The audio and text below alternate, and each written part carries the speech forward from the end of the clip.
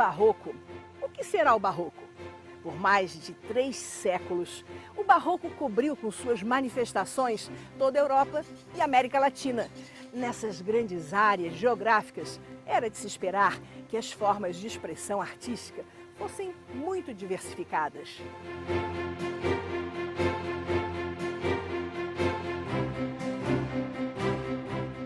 As aventuras marítimas trouxeram o estilo barroco para as Américas.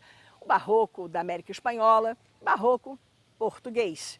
Mas no Brasil, este estilo teve um lugar farto para se desenvolver de uma forma bem original.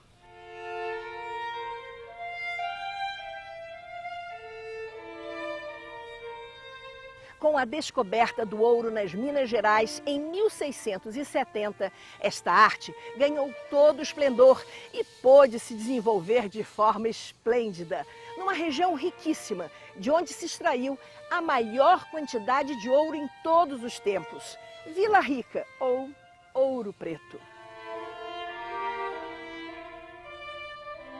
A região de Vila Rica se tornou um manancial de artistas de grande importância.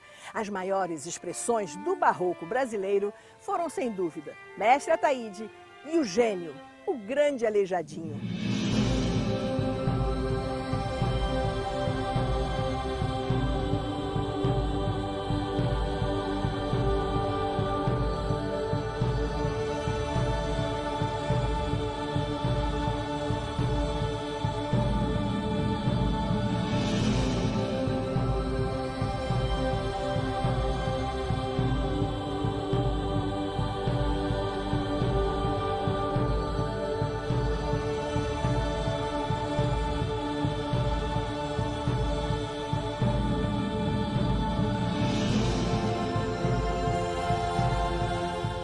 Para falar do barroco no Brasil, conversamos com uma das maiores especialistas não só em barroco, mas também no estilo rococó, a professora Miriam Andrade Ribeiro de Oliveira, que se dedica há décadas à investigação e difusão desses estilos em nosso país.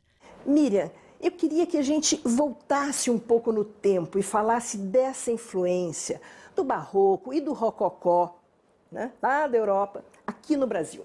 O barroco e o rococó são dois estilos, quer dizer, completamente diferentes. É muito interessante a gente estudar também o rococó para mostrar que não houve só o barroco no Brasil. Quer dizer, a realidade é muito mais rica, muito mais complexa. Agora, como o barroco é um estilo mais, o que eu posso dizer, não é? Chama mais atenção, é mais conhecido, né? O rococó só recentemente, em meados do século passado, que ele começou a ser estudado de uma maneira mais objetiva. Então, muito se sabe sobre o barroco e pouco sobre o rococó, né? Barroco, na realidade, significa pérola irregular. Uma pérola que não era totalmente simétrica, redondinha, não é? Então, para mostrar justamente que é um estilo que sai das normas. Quais normas? As normas clássicas. E permite toda uma recriação, toda uma definição, né? Mais liberdade de criação na arte. Sem dúvida, não é? O barroco é um estilo com um potencial tão grande que ele foi assimilado pelas ideologias de poder do século XVII, quando ele nasceu na Europa, né? A ideologia de poder dos monarcas absolutistas, não é? Esse estilo chegou ao Brasil através dos portugueses. Alguns autores destacam a influência lusitana em Pernambuco, Bahia e Rio de Janeiro.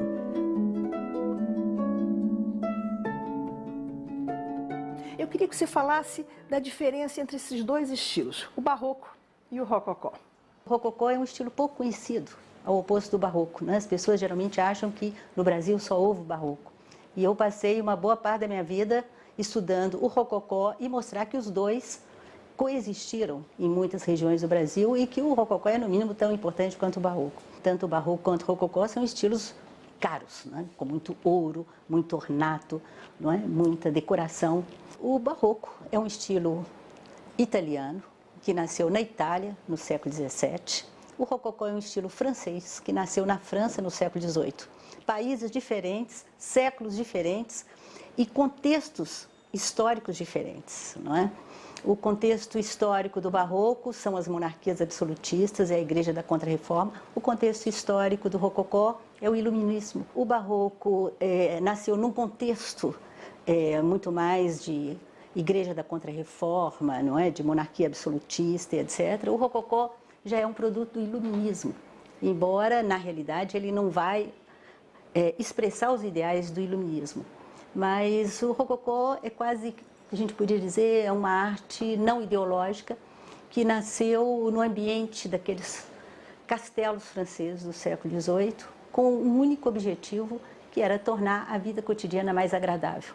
Então é um estilo muito mais leve, tem os fundos brancos, tem os ornatos só que são dourados. E esses estilos tiveram uma grande influência aqui no Brasil, não é verdade? Nós temos, né, esses dois estilos, não foi só em Minas, quer dizer, mas Minas, né, tem essa importância exponencial porque justamente pôde, né, levar esses estilos às últimas consequências em virtude da riqueza econômica. Nesse século XVIII, que é o auge desse momento cultural do Brasil no período, então, quando nós fazemos um mapeamento, a gente vê que nós vamos ter Barroco e Rococó justamente nas regiões que tinham poder aquisitivo, que tinham maior riqueza econômica, não é?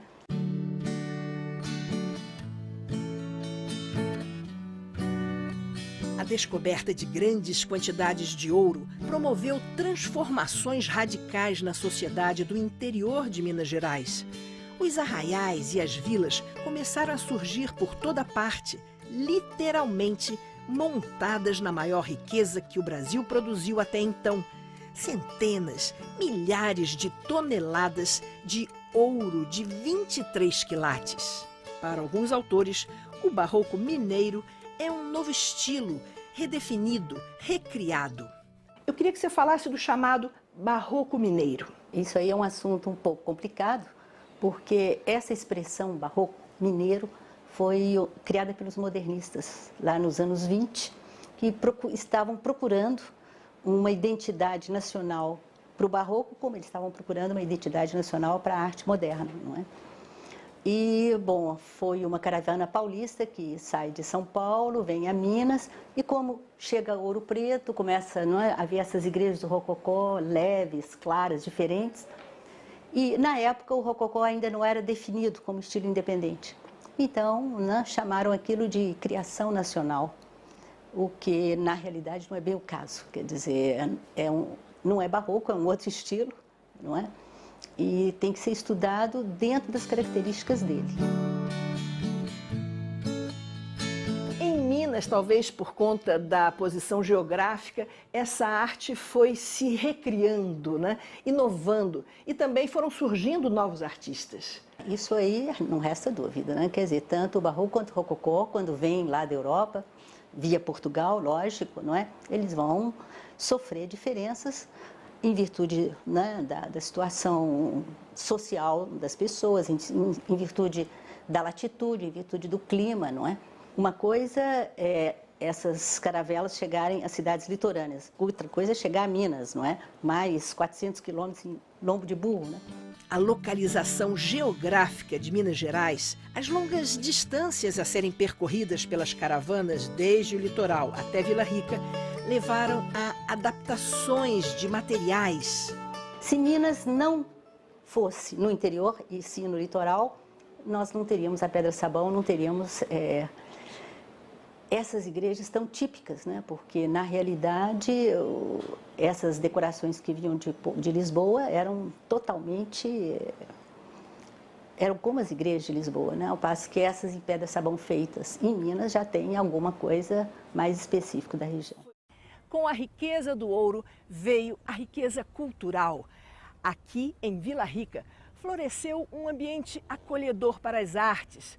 Pintores, arquitetos e escultores acabaram criando o chamado barroco mineiro.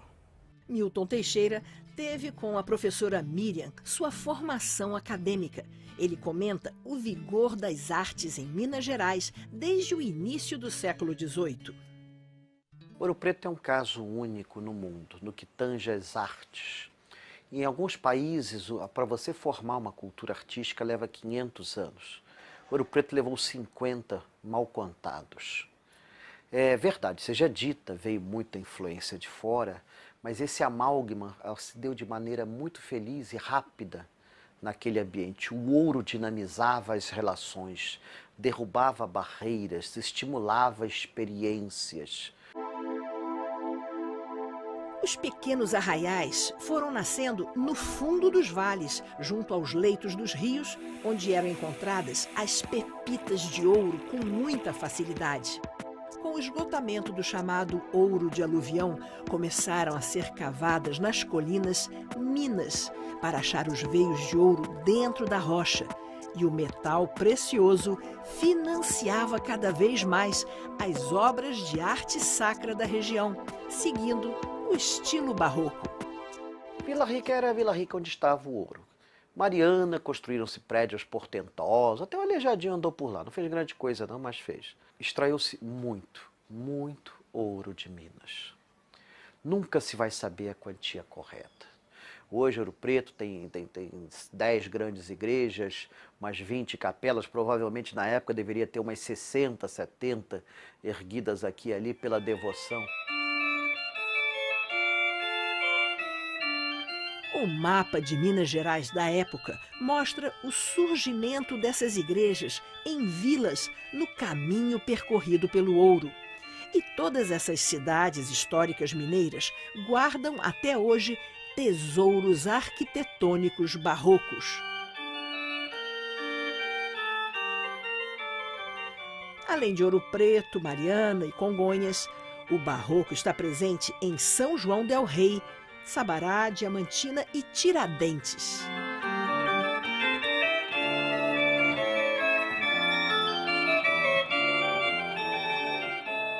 A busca de caminhos para escoar o ouro de Minas era fundamental. Para onde foi esse ouro e por que caminhos esse ouro passou, contam boa parte da história do Brasil. À medida em que as minas de ouro eram cavadas nas colinas, novas vilas eram criadas. Dessa vez, não mais no fundo dos vales, mas no alto das montanhas. Ouro Preto foi erguida sobre esse mar de montanhas no interior de Minas Gerais. E para compor a paisagem, as cúpulas das diversas igrejas.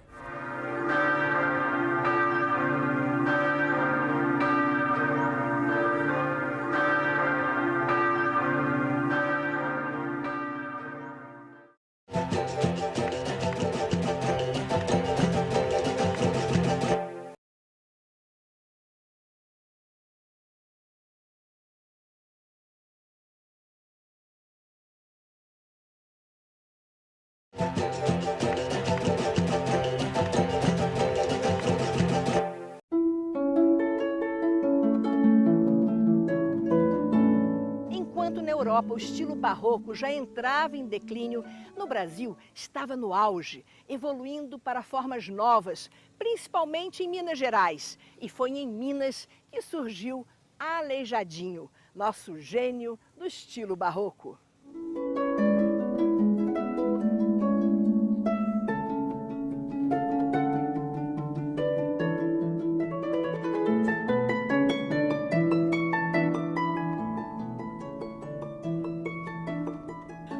Tanto ouro, tanta riqueza, as pessoas podiam comprar tudo.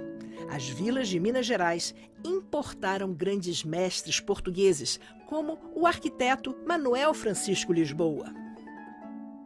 Quando Minas começou a poder importar essa mão de obra cara, não é? O que havia de melhor em Portugal se deslocou para Minas. O arquiteto Manuel Francisco Lisboa. Esse é o pai do Aleijadinho, um arquiteto e mestre de obras da maior categoria, não é? Então, essa leva de profissionais portugueses da maior categoria vai começar a partir de 1720, mais ou menos, até 1740, 50. Aí já começam a treinar uma mão de obra local e muitos deles mestiços, né? Não tinha mulher em Minas, não tinha mulher branca. E a consequência disso é a geração de mulatos. É uma geração enorme de mulatos, é a maior fusão racial que houve no Brasil, mais do que Salvador. E esses mulatos, eles eram excluídos pelo ideário português. Eles não eram nem brancos nem pretos.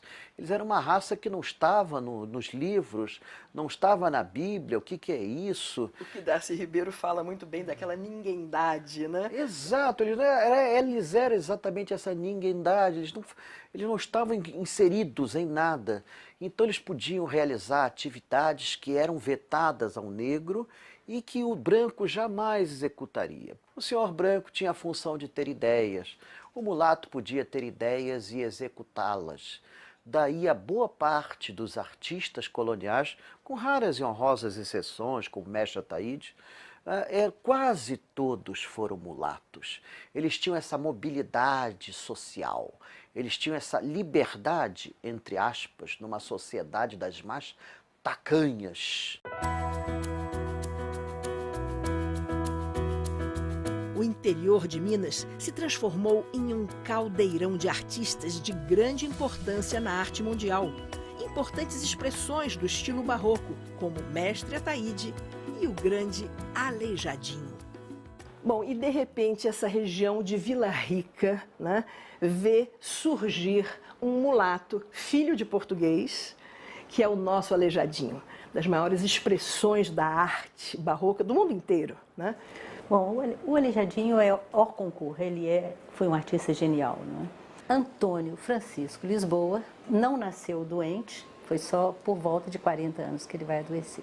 Nunca se soube quando o Aleijadinho nasceu. Algumas estatísticas, o IFAM tem uma data mítica, né, 29 de agosto de 1730. Mas a certidão de óbito aposta que ele nasceu em 1738. Seja como for, o cara viveu pra caramba. Pode ter ficado doente ou o que for, mas a doença não o matou.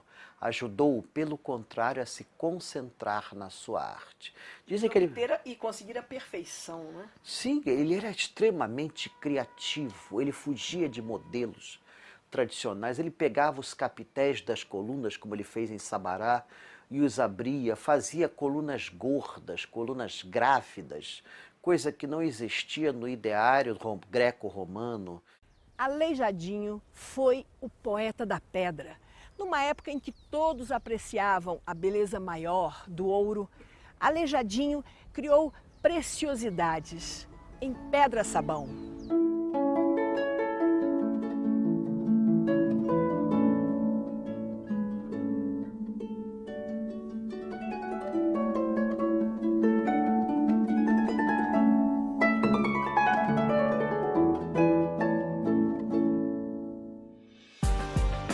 Toda a obra de Aleijadinho, esculturas, projetos arquitetônicos, relevos, foi realizada em Minas Gerais, especialmente nas cidades de Ouro Preto, Sabará, São João del Rei e Congonhas. Os principais monumentos que contêm suas obras são a Igreja de São Francisco de Assis, em Ouro Preto, e o Santuário de Bom Jesus de Matozinhos, em Congonhas.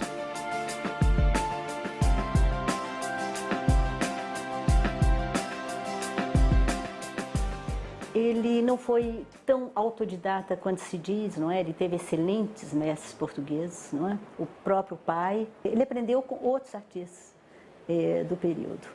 Agora, bom, era genial. Isso aí não resta dúvida, né? Por que a produção dele sobressai, né, sobre toda a produção da época, não é?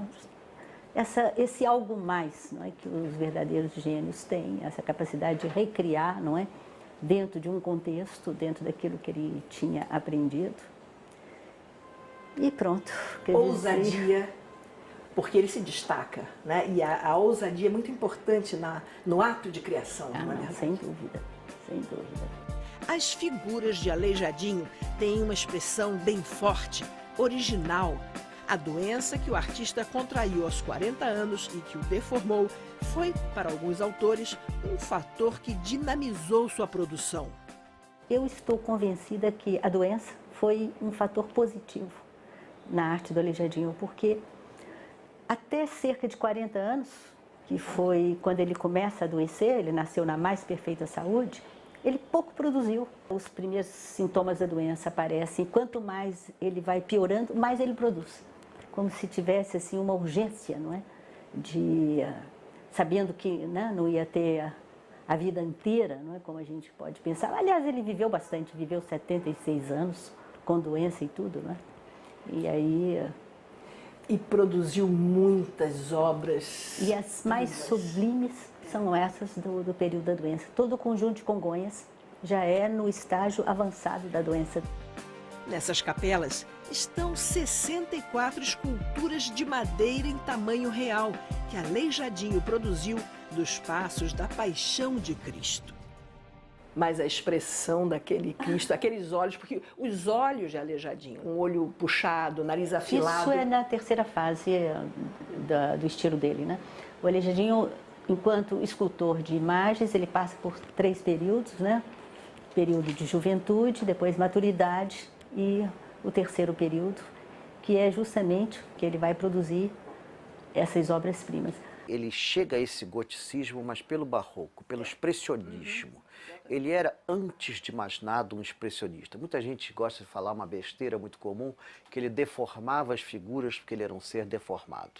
Nada a ver, nada a ver. Você tem santos dele com anatomia perfeita. Ele deformava porque ele queria conseguir uma expressividade. O fato dos olhos serem puxados, o nariz adelgado, a gente quase que podia chamar uma espécie de estilização do próprio estilo, não é? Ele foi o primeiro grande artista a usar uma técnica que hoje você usa com computador, que é a anamorfose, que, por exemplo, os profetas do adro do Santuário do Bom Jesus do Matozinhos, você só pode vê-los de frente. De frente eles estão perfeitos. Olhados de qualquer outro ângulo, eles parecem monstros. E é isso que ele quer dizer, só um caminho leva à verdade.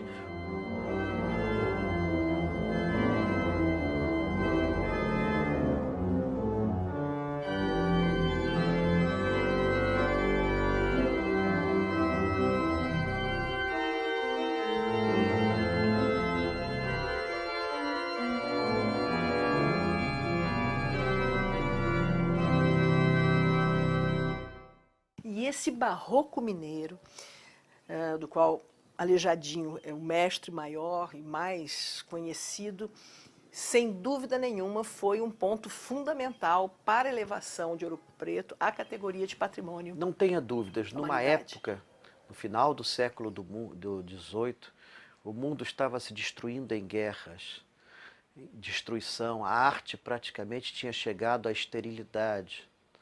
E no interior de Minas Gerais você tem esse camarada criando com uma perfeição e ele influenciando 30, 40 outros artistas. A arte florescendo, né? Sim, ainda perfeitamente, num vigor fantástico, que vai durar até mais ou menos 1820, 1830, quando morrem os últimos artistas. Então, ali ele decidiu, isso aqui vai ser o meu testamento. Então ele fez aquelas esculturas que você só pode olhá-las de frente. Ele já não tinha mais tempo para fazer, né, as coisas exatamente, né, como era a realidade, né, do corpo humano lá, como ele tratou no início e no período de maturidade, ele simplificava. Então, e com isso ele adquiriu quase o que a gente pode, uma expressão quase sublime, não é? Foi isso que nós chamamos lá no catálogo a realidade sublimada. Exatamente, e deixou sua marca fase registrada na história da arte, né? Sem dúvida. As cidades históricas de Minas Gerais ainda guardam grandes tesouros mais de 2 séculos após o auge do ciclo do ouro. A arte do barroco mineiro, com destaque para a obra de Aleijadinho, um dos grandes gênios do barroco no mundo inteiro.